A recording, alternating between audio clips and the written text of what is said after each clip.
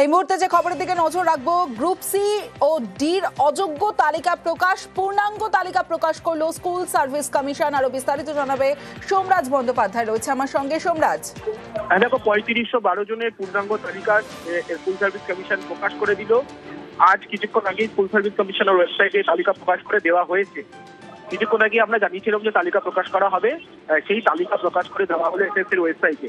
পূর্ণাঙ্গ তালিকায় যে যে বিষয়গুলি রাখা হয়েছে সেটি হলো সংশ্লিষ্ট প্রার্থীদের কোন পদে তারা আবেদন করেছেন, অর্থাৎ ক্লারিক্যাল পদের জন্য নাকি পিয়ন পদের জন্য আবেদন করেছিলেন, এছাড়া তাদের অভিভাবকের নাম এবং জন্ম তারিখ, এই তিনটি অংশকে নতুন করে যুক্ত করা হয়েছে। এর আগে নাম ও রোল নাম্বার দিয়ে গ্রুপ সি এবং গ্রুপ ডি 2016 নিয়োগের অযোগ্যদের তালিকা প্রকাশ করেছিল এসএসসি আগেই।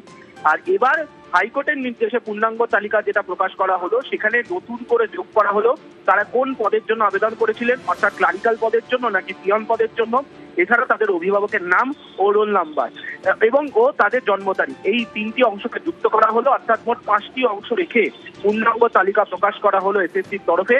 ৩৫১২ জনের তালিকায় এসএসসির তরফে প্রকাশ করা হলো। এর আগেও ৩৫১২ জনের তালিকা প্রকাশ করা হয়েছিল অযোগ্যদের, আর এবার সেই পূর্ণাঙ্গ তালিকা ৩৫১২ জনেরই প্রকাশ করলো স্কুল সার্ভিস কমিশন।